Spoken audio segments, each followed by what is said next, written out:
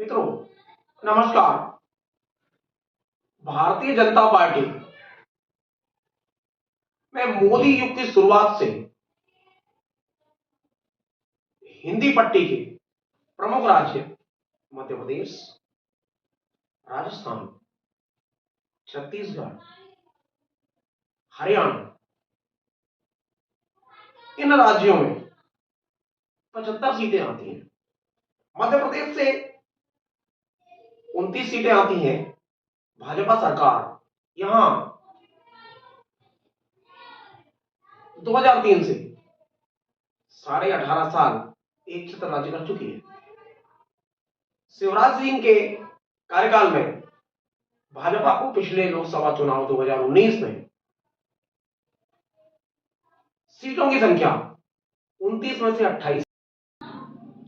2014 के लोकसभा चुनाव में मध्य प्रदेश में 29 में से 27 सीटों पर जीत मिली।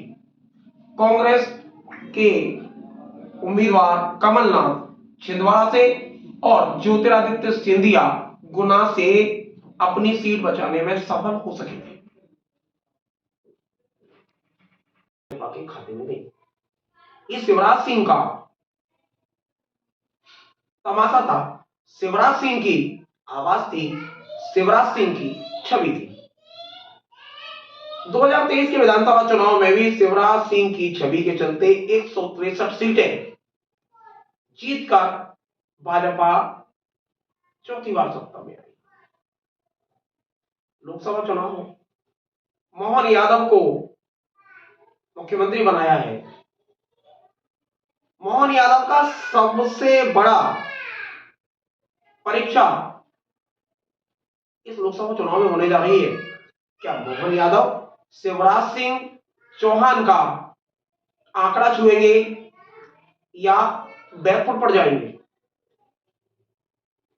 18.5 साल का भाजपा का शासन, यही स्थिति हरियाणा की है। हरियाणा में 2015 से खट्टर मुख्यमंत्री थे। एंड टाइम पर जजपा से गठबंधन टूटने की कवायद चली। असलियत तो राजनीतिक विश्लेषक जानते हैं, नेता जानते हैं कि केवल ये तो ऊपरी दिखावा है। गठबंधन नहीं टूटा है, गठबंधन बैकफुट से चला है। नायब सिंह सैनी को मुख्यमंत्री बना दिया गया, खट्टर जी दिया गया और खट्टर जी को लोकसभा का टिकट दे दिया गया करनाल से। अब खट्टर जी की जिम्मेदारी है कि वो अपनी सीट जीते और अपने मुख्यमंत्री काल के किए कामों पर 10 सीटों की वापसी करें। क्या नायब सिंह सैनी खट्टर हो सकते हैं? क्या 10 में से 10 अंक प्राप्त करेंगे? बड़ा सवाल है। तीसरा सवाल राजस्थान से आता है। राजस्थान में 2019 के चुनाव में 25 लोकसभा सीट आई थी, जिसमें से एक सीट हनुमान बेनीवाल की थी और बाकी 24 सीटें भाजपा। और आगे पीछे चले तो 2014 में भी कमोबेश यही स्थिति थी। भाजपा कांग्रेस का सुपड़ा साफ हो गया था राजस्थान में। छत्तीसगढ़ पर बातें आते हैं तो 2014 के चुनाव में 11 में से 10 सीटें मिली थी। 2019 के चुनाव में 11 में से 9 सीटें मिली थी, जबकि सत्ता में भूपेश बघेल थे। कांग्रेस के मुख्यमंत्री भूपेश बघेल थे। आज भूपेश बघेल सत्ता से बाहर है। विष्णु साय के हाथ में प्रदेश के मुखिया की कमान है, मुख्यमंत्री हैं। क्या विष्णुदेव साय 9 सीटों की वापसी कर पाएंगे? ये 75 सीटें, ये 4 राज्य मध्य प्रदेश, राजस्थान, हरियाणा और छत्तीसगढ़ भाजपा के लिए अति महत्वपूर्ण राज्य है। यहां मुख्यमंत्री बदलकर एंटी इनकम्बेंसी खत्म करने की बात की है, लेकिन क्या 75 सीटों में से 72 सीट जीतने वाले नेताओं को बैकफुट पर रखकर क्या भाजपा अपना स्वप्न पूरा कर पाएगी? क्या ये नए चेहरे 73 सीटों का आंकड़ा पार करेंगे या मामला 60 और 65 पर अटक जाएगा? ये बड़ा सवाल है। हिंदी पट्टी की बात है। मोदी जी भी 10 साल से देश के प्रधानमंत्री हैं, तो कहीं ना कहीं इनका anti incumbency factor Modi ji के साथ भी जुड़ेगा। शिवराज सिंह चौहान को मध्य प्रदेश में मुख्यमंत्री पद से बाहर करने का प्रभाव भी मध्य प्रदेश में नजर आएगा। भले ही कांग्रेस के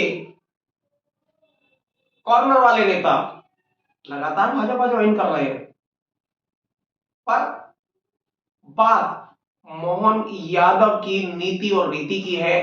क्या 28 सीटों की वापसी होगी? जबकि सिंधिया भी भाजपा में आ चुके हैं। क्या सिंधिया चुनाव जीतेंगे?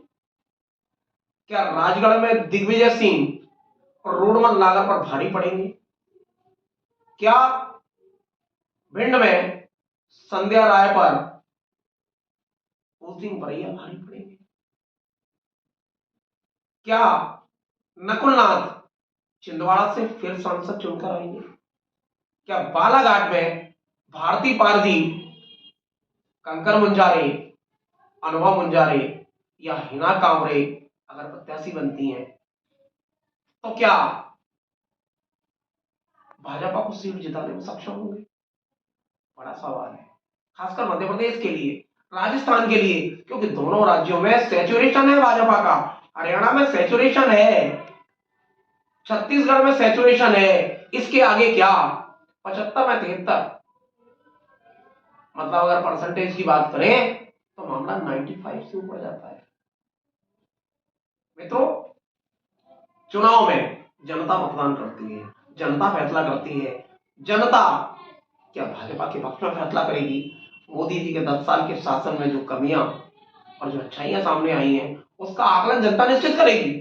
और अगर आकलन करेगी तो 75 में से 73 का आंकड़ा पार होगा, या ये तिलिस्म, हिंदी पट्टी का तिलिस्म, भाजपा का तिलिस्म, क्या इन 4 राज्यों में